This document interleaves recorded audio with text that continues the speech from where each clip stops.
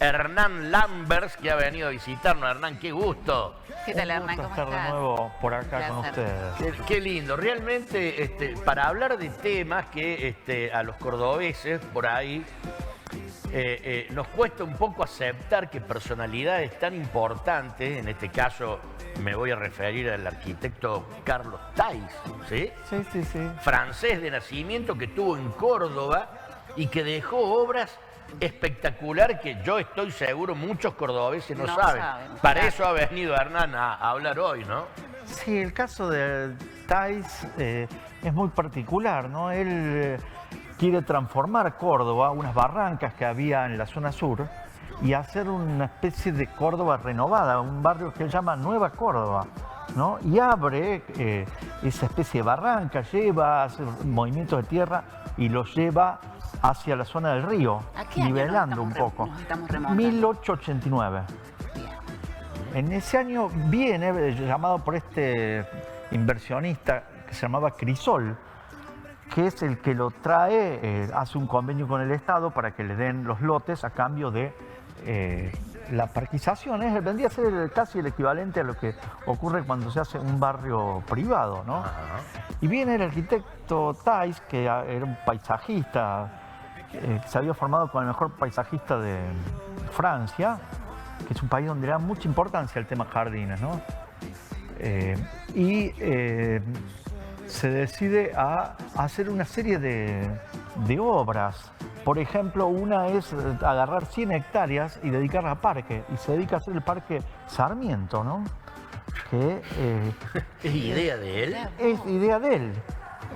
Es tanto idea de este hombre que este hombre hace todos los parques prácticamente del país. Si vos arrancás desde Mar del Plata, hizo el Parque Camet.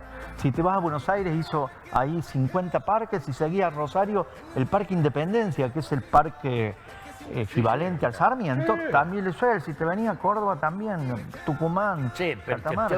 ¿Thais cobraba, era caro, era cotizado o venía el tipo? Era el que estaba de moda, el arquitecto de moda de la época, o el único que había. Era un poco, claro, en una época que no se pensaba en 1889 en un arquitecto paisajista. Llegó Thais con 41 años, se viene a vivir a Córdoba, hace esto de lo que estamos hablando, el Parque Sarmiento, pero también hace otras obras. Ahí, frente al Parque Sarmiento, hace una casa que se estaban construyendo un médico que tenía unos terrenos muy grandes en las Caleras de Malagueño. Ahí tenía una gran estancia, el doctor Ferreira, y se construye un palacio. Y en ese palacio que estamos viendo ahí, se diseña Thais el jardín privado más grande de la Argentina.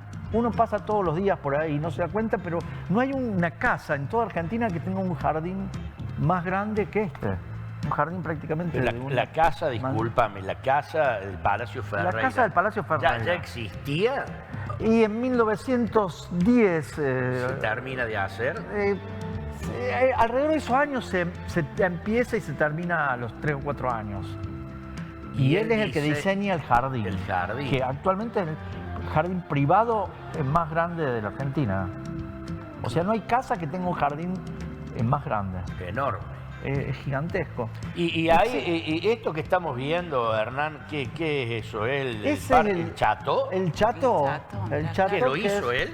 Sí. El Chato era parte de una estancia que la tranquera, para que te ubiques, la tenían en el Tropezón. O sea, una estancia enorme. Claro, eran épocas en que Argentina era muy rica, no había tanta gente, además. Teníamos la misma cantidad de hectáreas, la misma cantidad de cabezas de ganado, y éramos 50 veces menos, entonces había más dinero. Esta gente tenía 400 hectáreas ahí y les construye este jardín. No contento con eso, trae las tipas a la cañada. Cuando hablo de las tipas no me refiero a mujeres de vida fácil que podrían hacer algún tipo de comercio con su cuerpo, sino de los árboles. Las tipas, él descubre que un árbol del norte argentino podía andar bien en zonas más frías, y los trae y crea ese paseo alrededor de ese pequeño rolluelo que es la cañada, con las tipas, que son un árbol que realmente es increíble. Después sigue, porque lo llamaba mucho de las estancias. Como era prácticamente el único que hacía eso, lo llaman de la estancia La Paz, en Ascochinga, esa estancia que tenía la familia Funes, a 6 kilómetros de Ascochinga, y la hija de uno de los Funes se casa con Roca. Roca es el general, ¿no?, de la conquista del desierto, y le pide que le parquise no 1 hectárea como hizo con el Palacio Ferreira, sino que le parquizara 100 hectáreas. Son trabajos grandes, ¿no? Porque uno se imagina 100 hectáreas dedicadas a la ganadería, ¿no? Este las dedicó a un parque. En la estancia La Paz. En la estancia La Paz. Claro que y actualmente he ido a muchos casamientos, por ejemplo, ahí en esa estancia.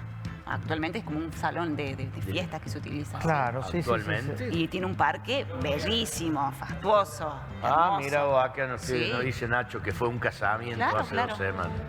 Y yo creo que están haciendo un barrio cerrado, si no me equivoco, atrás, Puede ser. usando como una especie de atracción. tapada. Estaba ahí la foto de la estancia La Paz, director, póngamela de nuevo, porque realmente es un lugar bellísimo, paradisíaco, que bueno, lo parquizó Carlos Tay, que yo me estoy enterando ahora. Estaba ahí la foto de la estancia La Paz, muy lindo, Sí, ¿no? la verdad que dicen que el arquitecto Tais era tan fanático del tema del verde, que dicen que si uno se quedaba a charlar con él en la calle, 10 minutos te ponía semillas de plantas en el bolsillo. Si uno seguía la charla 1 hora, te las hacía germinar, y si uno continuaba hasta la tarde hablando con él, ya estaba rodeado por una enredadera y hasta empezaba a ver aparecer un prometedor árbol. Claro, porque era el loco de los árboles, plantó 150.000 árboles. Encima los plantaba él a gran parte. O sea, él andaba con una pala, no es que estaba de saco y corbata haciendo ser Tercerizaba, importante. no, él estaba ahí en la parte. No, estaba con las manos Te hago una pregunta, ¿por qué no está tan reconocido Tais en Córdoba, a pesar de haber hecho tanto por nuestra ciudad y la provincia? No, yo no siento que la gente diga, oh, Carlos Tais. ¿Por qué no hay un parque que se llame Carlos Tais, Claro, por ejemplo? exactamente. Alguna Vos sabés calle. que el arquitecto Tais ha sido relegado a una cuadra en diagonal muy linda que queda saliendo de la Plaza España. Es una calle que yo la conozco porque mi trabajo está a media cuadra, pero si no, probablemente no ¿Pasa la conozca nadie. desapercibido? Sí, yo creo que muchas veces las calles tienen importancia de acuerdo al apoyo político que tienen a lo largo de los años para que se sostenga esto. Ajá. Y Carlos Tais era muy raro. Era tan raro que él viene acá, y en este país en donde todos, sobre todo en esa época, trataban de parecerse a los franceses o a los ingleses en un montón de actividades, Carlos Tais llega, y en este país en donde incluso ahora vemos que al que se llama Pedro le dicen Peter, al que se llama Carlos lo hace llamar Charlie, el que se llama Juan, vos ves que se hace llamar Johnny, aunque el apellido sea Martínez. Viste que hay como una anglicanización, ¿no? Es como si hablar incorporando palabras en inglés lo hiciera uno un poquito más distinguido. En ese mismo país en donde estaba todo tan europeizado, Carlos Tais se ciudadaniza como argentino y se hace poner Carlos. Incluso le pone un acento en la A para que no haya dudas de que él era Carlos Tais, un ciudadano argentino. Fíjate qué particular. Él a los 41 años se enamora de una chica de 16, ¿no?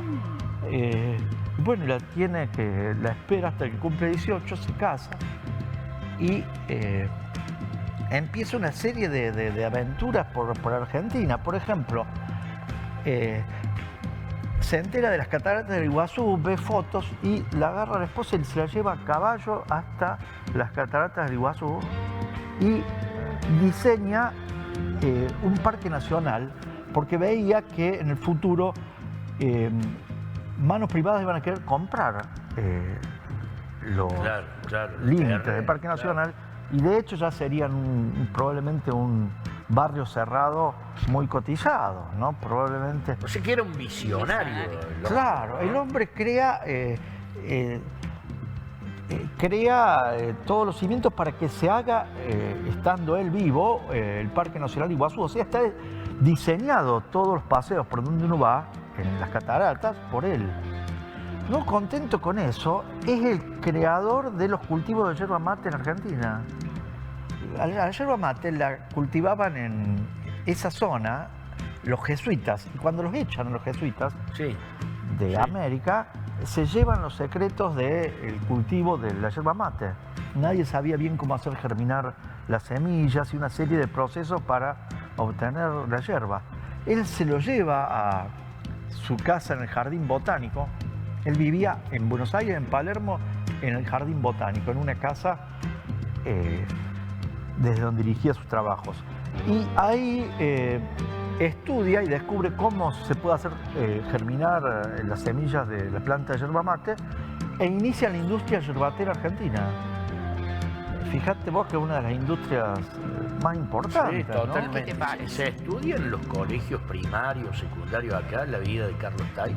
Posta que yo pienso que no. Que no. Yo no he hecho la escuela primaria en esta provincia, ni la secundaria, pero yo estoy prácticamente seguro que si tiene una calle que es casi un pasaje, escondida detrás de el McDonald's de la Plaza España, no se debe respetar tanto su memoria. Pero en Buenos Aires hizo, por ejemplo, ya te digo, desde la mitad de los parques, hizo los parques de 50 estancias en todo el país. Era tan particular Carlos Tais que cuando a él viene a Córdoba, lo quieren contratar de Buenos Aires para el director de parques y paseos, para que se encargue de todo el verde. Funcionario. Y él dice que solamente iba a aceptar que lo contraten si le permitían rendir un concurso, porque él no creía en el acomodo. Mirá, O sea, él se presentó. Tenemos cuánto por aprender. Qué bárbaro. Si bien se hizo Sí. ciudadano argentino en algunas cosas, no encajaba. Claro. Porque no. Te entiendo. ¿Qué Qué faltaría increíble, ahora? Unos cuantos Tais, ¿no? Que digan eso antes de que lo nombren. Quiero ir a un concurso. Y usted sabe, vos sabés, Pauto, que hay unos cuantos Tais.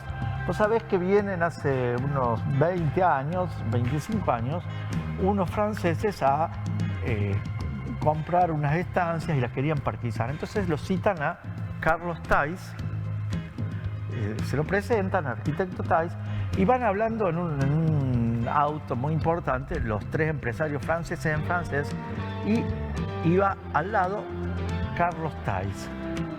Y en francés dicen, este no puede ser Carlos Tais, no puede ser que haya hecho en 1900 la mitad de los parques de Buenos Aires, la mitad de los parques de Córdoba. Dice, este hombre dice que tenemos acá al lado más de 30 años, no puede tener. No, se está haciendo pasar por Carlos Tais, no le da. Carlos Tais tendría que tener 80. 80 Claro. por lo menos. Por más que se ve que se cuida y todo, no puede ser. Y Carlos Tais,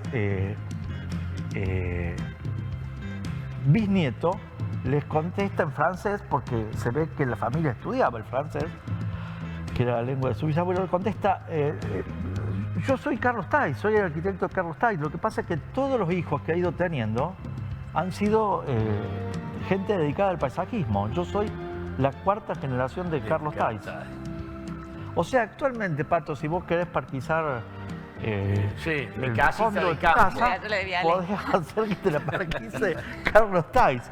Y a raíz de esto tenían un problema, porque había 50 estancias que él le había hecho el primero, Carlos Tais primero, le había hecho su parque, pero casi todos los dueños de estancias decían que el que se las había parquizado había sido Carlos Tais. No sé si me explico. Totalmente. Mentían para hacerse pasar por